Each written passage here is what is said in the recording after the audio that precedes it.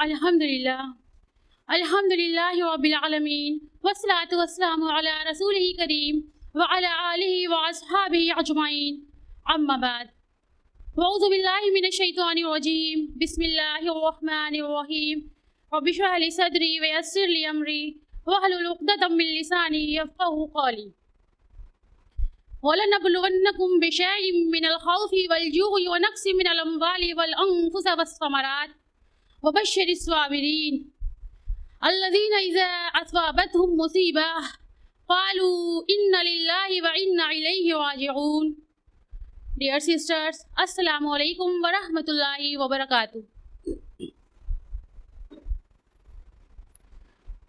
जैसा कि आप सभी आज के सेमिनार के टॉपिक से वाकिफ़ हैं, सिस्टर रुक़ैया ने अभी जो शेर पढ़ा कि दाना खाक में मिलकर गुलो गुलजार होता है, तो ये मिसरा हमारे आज के सेमिनार का टॉपिक है। और इसका माना क्या होता है? मतलब ये होता है कि जब कोई बीज, कोई सीड मिट्टी में दफन हो जाती है, अपनी हस्ती को मिटा देती है, तब कहीं जाकर एक पौधा वजूद में आता है। और फिर उस पौधे की आजमाइश वहीं ख़त्म नहीं हो जाती, बल्कि आंधी का झोंका, तेज बारिश की पानी और तो और वो कभी हमारे और आपके कदमों के नीचे कुचल जाता है। और फिर भी वो सब्र करता है, और उस सब्र से उसके चमन में बहुत ताज़ा फूल और फल खिलते हैं। और जो ये सारा प्रोसेस होता है, इन सारे प्रोसेस में हवा पानी के अलावा एक और ख़ास चीज़ होती है जो हमारी अहमियत से महरूम रहती है। वो होता है उस पौधे का सब्र। अगर इन सारी आजमाइश में पौधा सब्र नहीं करता तो क्या हमारे गुलशन में इस तरह फूल पौधे उगते? और ठीक इसी तरह हम इंसानों पर भी अल्लाह सुब्हान तआला की तरफ से मुश्किल और मुसीबतें आती रहती हैं, और उन सब पर हम सबको सब्र करना चाहिए। अगर हम सब्र करेंगे तो हम हम अच्छे मोमिन और मोमिना बन सकते हैं, और इसी मोमिन मोमिना के लिए ही अल्लाह सुब्हान तआला की तरफ से जन्नत का वादा है। तो इन सब बातों में सबसे खास चीज जो है वो है सब्र। तो आज का हमारा जो मेन टॉपिक है वो सब्र है। सब्र, जब सब्र हमारे सामने सब्र का नाम आता है तो हमारे जहन में हमारे सामने हमारे साथ हुए जुल्म सितम याद आने लगते हैं कि फलां ने ये कहा, फलां ने वो कहा, किस तरह इल्ज़ाम लगाया, किस तरह बेइज्जती की, क्या क्या नहीं किया। और मैं बहुत रोई भी, लेकिन मैं भी कहाँ कम बदला लेने में। मैंने भी उसे खूब खरी खोटी सुनाई और लास्ट में मैंने सब्र कर लिया। होता है ना ऐसा, जब हमसे किसी की बात हो जाती है तो हम उससे खूब अच्छे से लड़ झगड़ लेते हैं और बाद में कह देते हैं कि मैंने तो सब्र कर लिया, अब तुमसे तो अल्लाह ही समझे। और ख़ास करके सास बहू के मामले में तो अक्सर ऐसा देखने को मिलता है। और हमारे माशरे में सब्र की एक बहुत ही मामूली सी मीनिंग जानी जाती है। टू बियर समथिंग मीन्स किसी अनचाही चीज़ को बर्दाश्त कर लेना, किसी फिजिकल या स्पिरिचुअल पेन को सह जाना, किसी तकलीफ दे सिचुएशन में एडजस्ट कर लेना। और वो भी कब जब हमारे पास कोई दूसरा ऑप्शन ना हो। तो क्या यही सब्र है? यही सब्र है जिसका अल्लाह सुब्हान तआला ने जिसको इतनी अहमियत दी है। यही सब्र है जिसके होने से हमारे लिए जन्नत का वादा है। यही सब्र है जिसका बार बार कुरान में तज़किरा किया गया है। जी नहीं, ये सब्र हरगिज नहीं हो सकता, क्योंकि सब्र तो एक आला दर्जे का ईमान है। जैसा कि हज़रत अली रज़ी अल्लाह तआला अन्हु का कौल है कि ईमान की साख्त 4 सुतूनों पर मुश्तमिल है: सब्र, यकीन, जिहाद और इंसाफ। और इसी तरह सब्र 4 चीज़ों पर मुश्तमिल है। पहला है शौक, दूसरा खौफ, तीसरा तकवा और चौथा इंतज़ार। जो शख्स जन्नत का शौकीन होगा वो दुनियावी मुसीबत को आसानी से बर्दाश्त कर लेगा, और जो शख्स जहन्नम से डरता होगा वो कोई भी गुनाह वाले काम करने से बाज आ जाएगा। और तो और जिसके अंदर तकवा होगा, जो तकवा इख्तियार करेगा, वो अपने ऊपर आने वाली दुनियावी कोई भी मुसीबत हो उसे आसानी से बर्दाश्त कर लेगा। और जो शख्स मौत का इंतज़ार करेगा वो अपने नेक काम को करने में जल्दबाजी करेगा।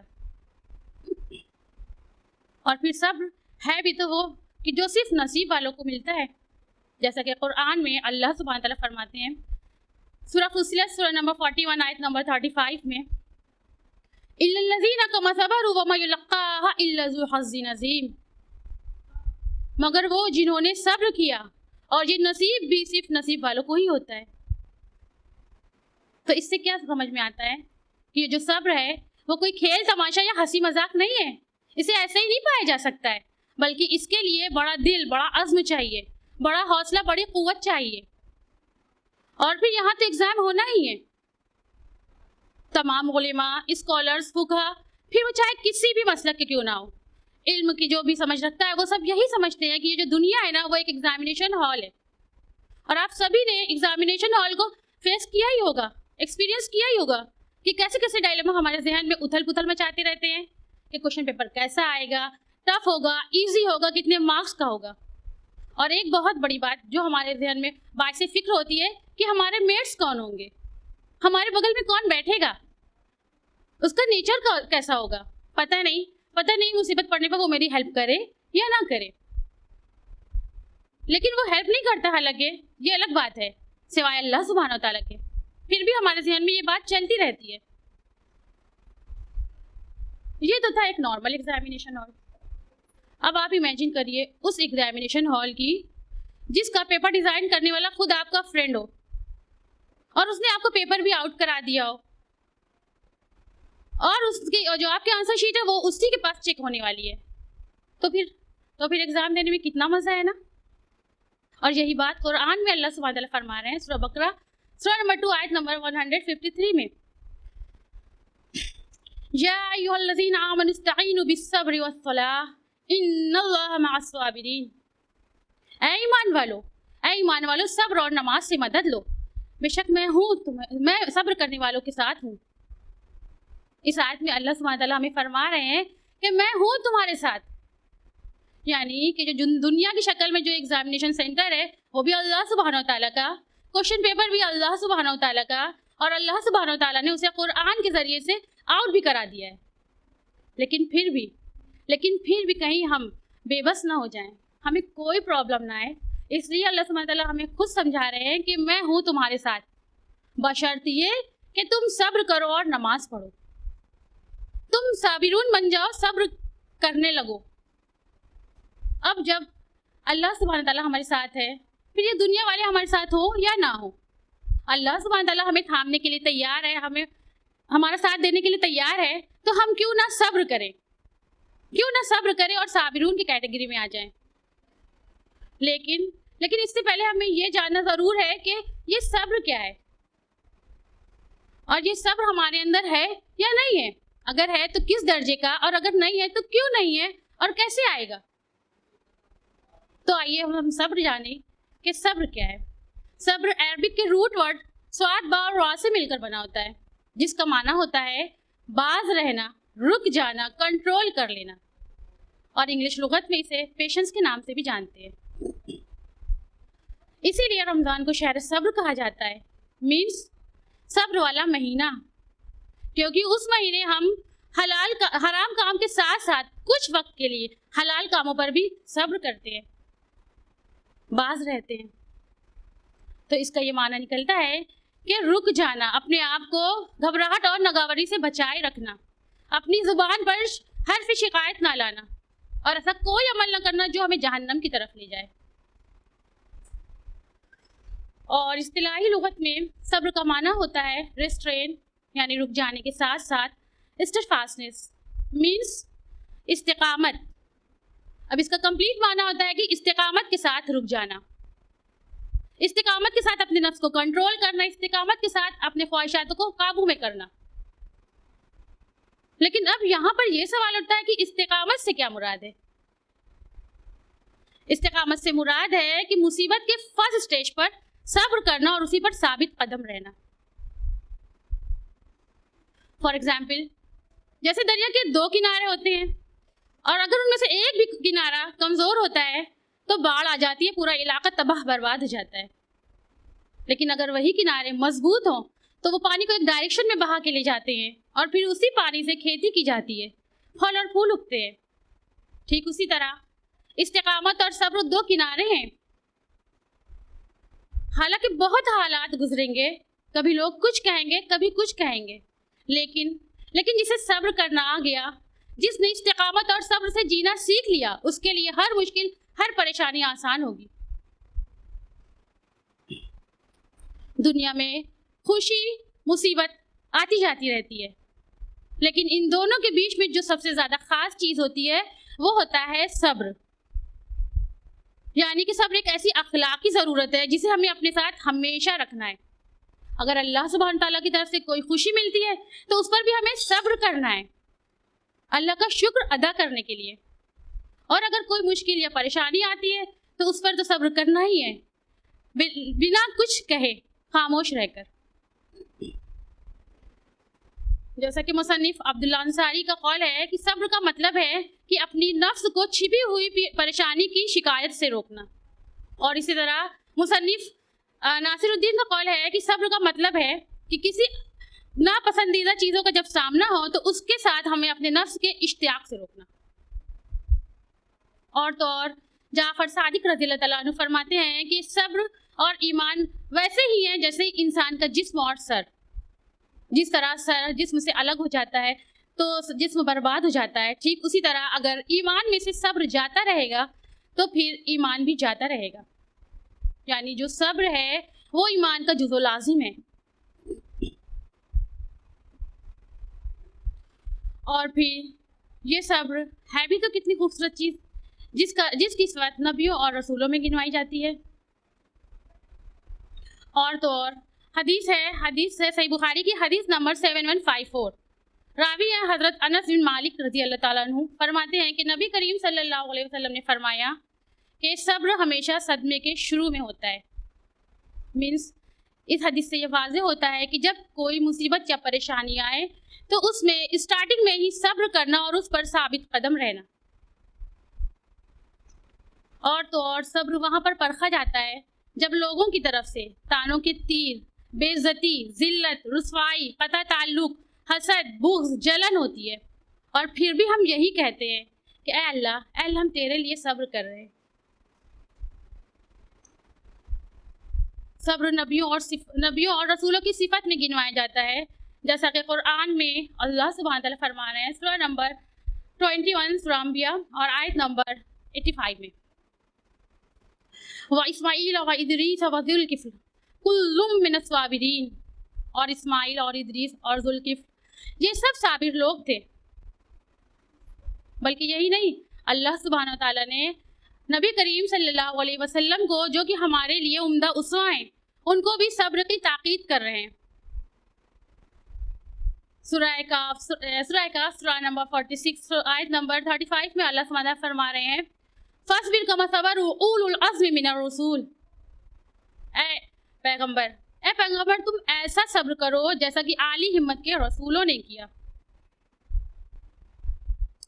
अब जिस सिफत की ताकीद अल्लाह सुब्हान तआला कुरान में बार बार कर रहे हैं, वो सिफत हमारे अंदर किस दर्जे की है? क्योंकि हमारा एग्ज़ाम तो होना ही है, आजमाइश तो होनी ही है, जिसका जिक्र अल्लाह सुब्हान तआला कुरान में खुद फरमा रहे हैं सूरा बकरा सूरा नंबर 2 आयत नंबर 155 और 56 में, वलनबलुवन्नकुम बिशैइन मिनल खौफि वल जूइ व नक्सिम मिनल अम्वालि वल अनफुसि वस समरात वबश्शिरिस साबिरीन अल्लज़ीना इज़ा अस्वाबतहुम मुसीबा क़ालू इन्ना लिल्लाहि व इन्ना इलैहि राजिऊन। कि हम किसी ना किसी तरह तुम्हें ज़रूर आजमाएंगे, कभी दुश्मनों के डर से, तो कभी भूख और प्यास से, तो कभी माल जान और फलों की कमी से। और खुशखबरी दे दीजिए उन लोगों को जिन पर कोई मुसीबत आती है तो वो कह उठते हैं कि हम अल्लाह की मिल्कियत है और उसी की तरफ लौट कर जाने वाले हैं, और सब्र करते हैं। तो इस पहली आयत में अल्लाह सुब्हान तआला क्या फरमा रहे हैं कि हम तुम्हें ज़रूर आजमाएंगे, भूख और प्यास से, हर तरह से। और अल्लाह सुब्हान तआला ने हमसे पहले के लोगों को आजमाया भी है, बहुत आजमाइश हुई है, नबियों और सहाबा की बहुत आजमाइश हुई है। जैसा कि आप सभी जानते होंगे, ग़ज़वा खुंदक में क्या हुआ था, किस तरह लोग भूख और प्यास की शिद्दत से तड़प रहे थे। इतनी ज़्यादा भूख की शिद्दत थी कि लोग ठीक तरह से खड़े भी नहीं हो पा रहे थे। एक सहाबी आए नबी करीम सल्लल्लाहु अलैहि वसल्लम के पास और फरमाया कि या रसूलल्लाह, अब तो मैं ठीक से खड़ा भी नहीं हो पा रहा हूँ और मेरी पीठ झुक जा रही है और मैंने अपने कुर्ते के नीचे एक पत्थर बांधा हुआ है। और फिर वो अपना कुर्ता उठाते हैं तो पत्थर दिखता है। उसके बाद पता है नबी करीम सल्लल्लाहु अलैहि वसल्लम ने क्या फरमाया? वो खामोश रहे, कुछ ना कहा उन्होंने, बस अपना कुर्ता उठाया तो उनके कुर्ते के नीचे 2 बड़े बड़े पत्थर बंधे हुए थे। सिर्फ यही नहीं बल्कि मदीने के मुसलमानों पर क्या क्या जुल्म हुआ, किस किस तरह से उनको आजमाइश ली गई उनकी। इतना ज्यादा उनके दिल में खौफ तारी हो गया, इतना खौफ तारी हो गया कि वो रात भर सो भी नहीं पाते थे। और तो और जब मदीने के मुसलमानों को 3 साल के लिए बाइकआउट किया गया था और वो शेब तालिफ में महसूर हो गए थे, तो वहाँ पर उनके ऊपर क्या क्या मुश्किल परेशानी नहीं आई। और वहाँ पर सिर्फ बड़े बड़े लोग नहीं बल्कि छोटे छोटे बच्चे भी थे जो भूख और प्यास से तड़प रहे थे, उनकी भी आजमाइश थी। तब कहीं जाकर ये दीन इस्लाम आज हमें मिला है, ऐसा ही नहीं मिल गया। तो ये था उनका सब्र। माना कि अल्लाह सुब्हान ताला की तरफ से हमारे ऊपर कुछ चीजें मुसीबत और परेशानी बनकर आती हैं, लेकिन वो हमारी तकदीर का एक हिस्सा होती हैं। माल बर्बाद हो गया, कोई अजीज फौत हो गया, सब कारोबार अच्छे से चल रहे थे, सारे मामलात अच्छे चल रहे थे, अचानक कुछ ऐसा हुआ कि सब मुसीबत और परेशानी में बदल गए। कोई ऐसा हादसा, कोई ऐसी बीमारी आई जिस पर हमारा कोई इख्तियार नहीं है। जैसा कि आजकल आप लोग देख ही रहे हैं कि दुनिया में क्या हो रहा है। कुछ सालों से क्या क्या नहीं हुआ। पहले तो टिड्डियों का आना, उसके बाद ऐसी बीमारी आई कि पूरी दुनिया के लोग लॉकडाउन की वजह से अपने ही घर में कैद हो गए। और तो और अभी हाल ही में आपने देखा कि तुर्की में क्या हुआ, किस तरह जलजले आए कि लाखों लोग मौत की आगोश में सो गए। और तो और इतनी ऊंची ऊंची आलीशान बिल्डिंग मलबे की शक्ल में बदल गई। किसी ने ये गुमान भी ना किया होगा कि ऐसा भी होगा। और उस टाइम एक पोस्ट बहुत ज़्यादा वायरल हो रही थी कि एक शख्स था जिसने ये पोस्ट किया हुआ था कि मैं अपने मकान मालिक के एक शख्स था जो कि मकान मालिक की बात बता रहा था कि मैं किराए पर रहता था और मेरे मकान मालिक ने मुझसे किराया बढ़ाने की बात की। तो उस शख्स ने कहा कि मैं किराया बढ़ाकर देने की कंडीशन में नहीं हूँ, अभी मैं नहीं बढ़ा सकता। तो उसका मकान मालिक उसको अपने फ्लैट से निकाल देता है। और फिर वो क्या लिखता है कि कुछ ही पल में जब मैं बाहर था तो उसके बाद जलजला ऐसे तेज आया कि जो फ्लैट था, बिल्डिंग थी उसकी, वो भी टूट फूट कर ख़त्म हो गई और वो मलबे की शक्ल में बदल गई। और आज वो मकान मालिक और किराएदार दोनों एक साथ एक टेंट में रह रहे हैं। जरा सोचिए, तो क्या उस मकान मालिक ने सोचा था कि अभी मैं इतनी आलीशान बिल्डिंग का बादशाह बना बैठा हूँ, कल मैं उसके साथ रहूँगा? और तो और एक और न्यूज़ बहुत ज़्यादा वायरल हो रही है कि जो ग्लेशियर है वो टूट कर पिघल रहे हैं। यहाँ तक कि ये भी फोरकास्टिंग की जा रही है कि हो सकता है कि दुनिया की कुछ शहर पूरा की पूरा पानी में डूब जाए। और तो और ये भी फोरकास्टिंग की जा रही है कि हो सकता है कि कनाडा जैसी जो कंट्री है वो भी पूरा बर्फ का टुकड़ा बन जाए। अल्लाहु अकबर, अल्लाहु अकबर। हमें अल्लाह सुब्हानहू तआला से अपने गुनाहों की माफ़ी हर वक्त मांगते रहना चाहिए। हमें अपने अंदर बहुत ज़्यादा सब्र को पैदा करने की ज़रूरत है। अल्लाह सुब्हानहू तआला से माफ़ी मांगते रहना चाहिए, सब्र करते रहना चाहिए। दर हकीकत हमारे ऊपर मुश्किल और परेशानी क्यों आती है कि ताकि अल्लाह सुब्हानहू तआला हमें आजमा सके कि हम अपने जिस मकसद से दुनिया में भेजे गए हैं उस मकसद के लिए कितना तैयार हैं। और अगर अब हमारे ऊपर कोई भी परेशानी आए तो हमें उसके लिए सब्र करना चाहिए। और तो और अब इसके बाद एक सहाबा थे उर्वा बिन ज़ुबैर, जो कि आयशा रज़ी अल्लाह तआला अन्हु के भांजे भी थे। वो अपने बेटे के साथ दमिश्क की तरफ जा रहे थे और अचानक वहाँ पर उनके बेटे को कुछ हुआ कि वो फौत हो गए। फिर उन्होंने उसको जब वो दफन कर रहे थे जनाजे को, तो उनके पैर में कुछ कीड़े ने काटा। तो उन्होंने उस एक तबीब से रब्ता किया कि मेरे पैर में कुछ हो गया है, आप देख लीजिए। तो तबीब ने क्या बताया कि आपके पैर में नासूर हो गया है। एक तो अभी अभी बेटे का ताज़ा गम, बेटा उनके साथ आया, उनके 4 बेटे थे, एक फौत हो गया और उसके बाद उनके पैर में नासूर हो गया और तबीब ने ये भी कह दिया कि अब आपका पैर काटना होगा, नहीं तो जहर पूरे जिस्म में फैल जाएगा। उन्होंने कहा कि अब किस तरह से आप मेरा पैर काटेंगे, क्या है? तो उस टाइम के इंस्ट्रूमेंट क्या थे? छुरी और आरा। छुरी को गर्म करके उनके पैर के गोश्त काटे जाते और आरे से उनके पैर की हड्डियाँ। और फिर कहा कि मैं आपको एक ऐसी जड़ी बूटी दूंगा जिससे आपको थोड़ा नशा तारी होगा और फिर मैं आप बेहोश हो जाएंगे तो आपका पैर काट दिया जाएगा। तो उर्वा बिन ज़ुबैर ने कहा कि ईमान की हालत में नशा? हरगिज़ नहीं, मैं ज़िक्र इलाही से बिल्कुल भी गाफिल नहीं होना चाहता, इसलिए ऐसा करता हूँ कि मैं ज़िक्र इलाही करता हूँ और आप लोग मेरे पैर काट दीजिए। और फिर वो अल्लाह सुब्हान तआला का जिक्र करते रहे, इतना ज़्यादा वो जिक्र में मशगूल हो गए कि उनका पैर काट दिया गया। खोलते हुए फिर तेल में उनका पैर डाला गया और उनको कुछ एहसास ही नहीं हुआ। और फिर जब वो रुके तो उनके मुंह से क्या निकला? अल्लाहुम्मा लकल हम्द हत्ता तरूगा। ऐ अल्लाह तेरी ही तारीफ जब तक कि तू राज़ी ना हो जाए। और ये कहकर वो बेहोश हो गए। फिर कुछ देर के बाद जब उन्हें होश आया तो फिर उनके मुंह से ये कलमा निकला, अल्लाहुम्मा लकल हम्द इला रदीत। ऐ अल्लाह अगर तू राज़ी हो जाए फिर भी तेरी ही तारीफ। तो ये था उनका सब्र, ये थी उनकी आजमाइश कि उन्होंने एक बेटा चला गया और पैर चला गया, फिर भी उन्होंने क्या कहा पता है? क्या हो गया? अल्लाह सुब्हान तआला ने एक बेटा ले लिया, अभी 3 बेटे और हैं मेरे पास।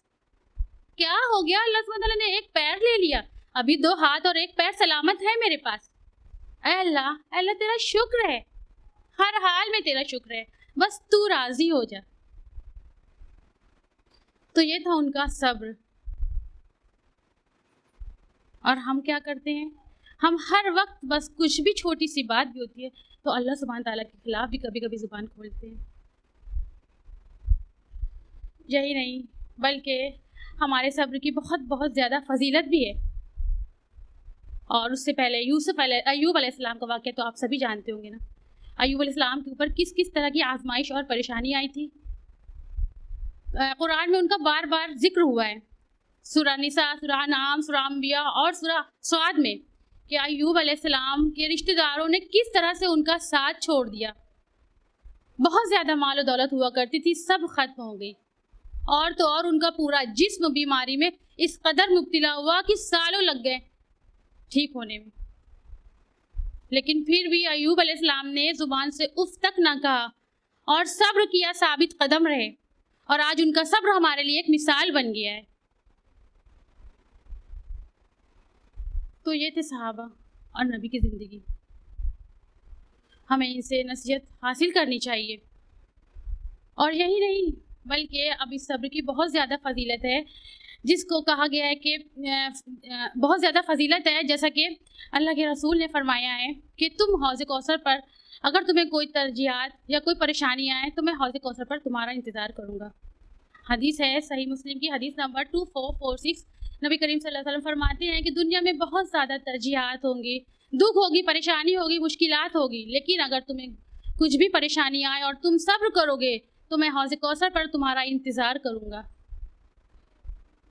है ना कितनी अच्छी हदीस कि अगर कोई परेशानी मुश्किल आएगी तो आखिरत में नबी करीम सल्लल्लाहु अलैहि वसल्लम हमारा हौज़ कौसर पर इंतज़ार करेंगे। और यही नहीं, कुरान में अल्लाह सुब्हानहू तआला फरमाते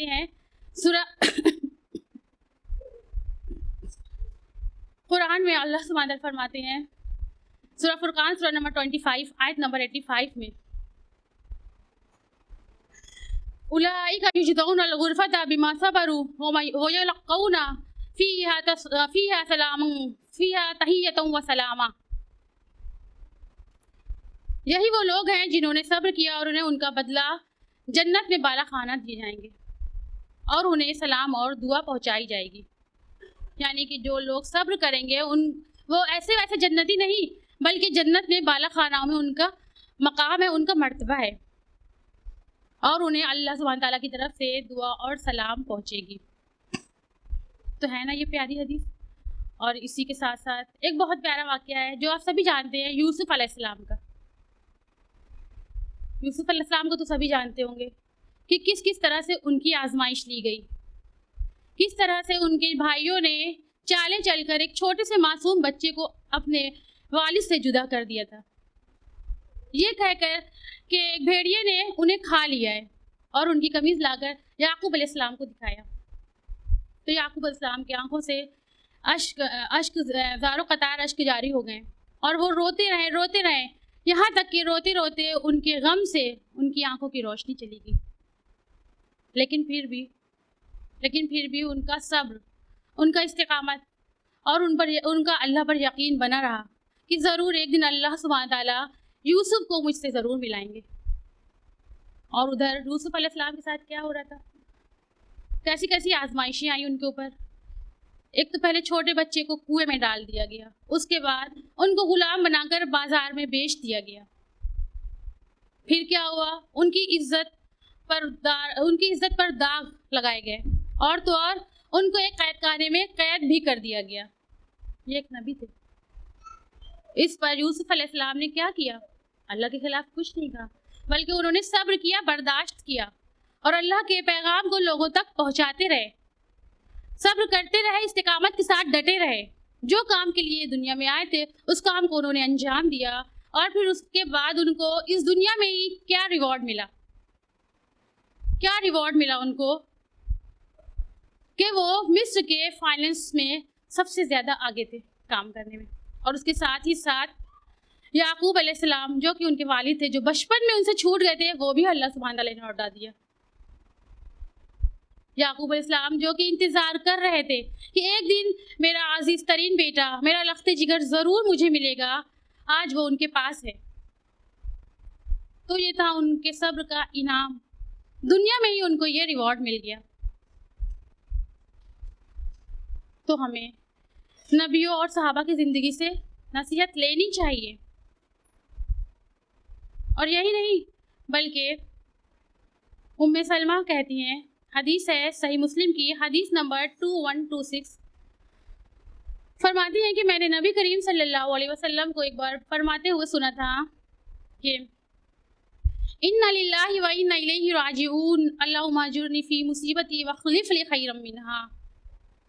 मीन्स कि अगर कोई शख्स पर कोई परेशानी या मुसीबत आए और वो ये कहे कि हम अल्लाह की मिल्कियत हैं, उसी की तरफ जाने वाले हैं, ऐ अल्लाह मुझे मेरी मुसीबत पर अज्र अता फरमा, तो फिर अल्लाह सुब्हान तआला उसे उसका बदला दे देता है। और फिर उम्मे सलमा रज़ियल्लाहु तआला अन्हा बताती हैं कि जब मेरे शौहर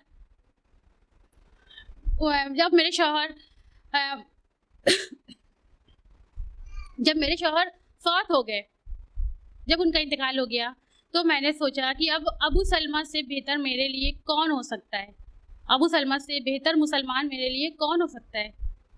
क्योंकि जो अबू सलमा थे वो बहुत ही ज़्यादा नेक थे, उन्होंने अपनी ज़िंदगी अल्लाह के लिए कुर्बान कर दी, अपने दीन के लिए कुर्बान कर दी, और उन दोनों शौहर और बीवी में बेपनाह मोहब्बत भी थी, वो बहुत ख्याल रखते थे उनका।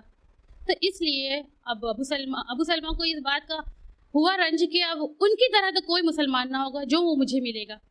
फिर उन्होंने अल्लाह सुब्हान तआला से बोलती है कि मैंने दिल में अल्लाह सुब्हान तआला से ये फरमाया कि अब अबू सलमा से बेहतर मेरे लिए कौन है। तो पता है अल्लाह सुब्हान तआला ने उन्हें क्या दिया, उन्होंने नबियों का सरदार, सबसे अफजल इंसान यानी कि नबी करीम सल्लल्लाहु अलैहि वसल्लम को उनका शौहर बना दिया। अल्हम्दुलिल्लाह। अब उम्मे सलमा उम्मुल मोमिनीन की कैटेगरी में आ गई। तो ज़रा सोचिए कि क्या उम्मे सलमा ने ये कभी सोचा होगा, वो मान किया था कि एक नबी हमारे शौहर होंगे। ये था उनके सब्र का इनाम, अल्लाह ने कितना अच्छा बदला दिया, है ना प्यारी हदीस।